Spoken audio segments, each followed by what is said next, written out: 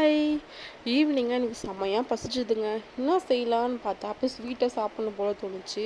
சரி இந்த கொழுக்கட்டை செஞ்சேன் பார்த்தீங்களா, அந்த பூர்ண கொழுக்கட்டை அதுக்குள்ளே வச்சு செய்வாங்க பார்த்தீங்களா, ஒயிட் கலரில் பூர்ண கொழுக்கட்டை, அது மீதி ஃப்ரிட்ஜில் வச்சுருந்தேன். சரி அதை எடுத்துகிட்டு போயிட்டு இந்த மைதா மாவு போட்டு மைதா நல்லா கரைச்சிக்கணும். மைதா வந்து நல்லா திக்காக கரைச்சிக்கணும். லைட்டாக உப்பு போட்டுக்கோங்க. உப்பு போட்டு நல்லா இந்தமாரி ரொம்ப தண்ணியாக கரைச்சிட்டிங்கன்னா அது வந்து எண்ணெயில் போடும்போதே எல்லாமே தனியாக போயிடும்.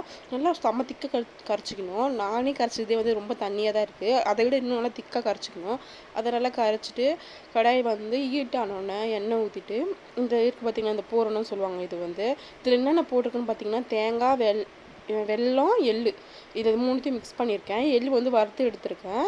இதெல்லாத்தையும் மூணுத்தையும் மிக்ஸ் பண்ணி ஃப்ரிட்ஜில் வச்சுருங்க. கொஞ்சம் நல்லா கட்டி ஆனதுக்கப்புறம் எடுத்து வச்சுக்கோங்க. ஏன்னா ரொம்ப வெல்லம் போட்டனாலும் நல்லா கொஞ்சம் தண்ணியான மாதிரி இருக்கும்.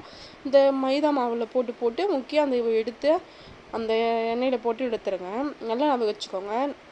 மைதா மாவு வந்து நல்லா திக்காக இருக்கணும். நானே கொஞ்சம் தண்ணியாக தான் கரைச்சிட்டேன்.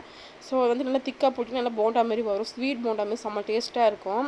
நான் செஞ்சு சாப்பிட்டு பார்த்தேன், ரொம்ப சூப்பராக இருந்துச்சு. பாப்பாவுக்கும் செஞ்சு கொடுத்தேன்.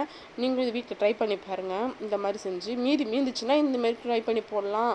எப்பயாச்சும் சாப்பிட்றனால எதுவுமே ஆகாது. ஏன்னா மைதா மாவுனால எல்லோரும் யோசிப்பீங்க. எப்பயாச்சும் சாப்பிட்றனால எதுவும் ஆகாது. நெக்ஸ்ட் டைம் கோதுமை மாவில் செஞ்சு காமிக்கிறேன். பாப்பா சாப்பிட்டுட்ருக்கா இப்போது. எப்படி இருக்கு சிவானி? ஏ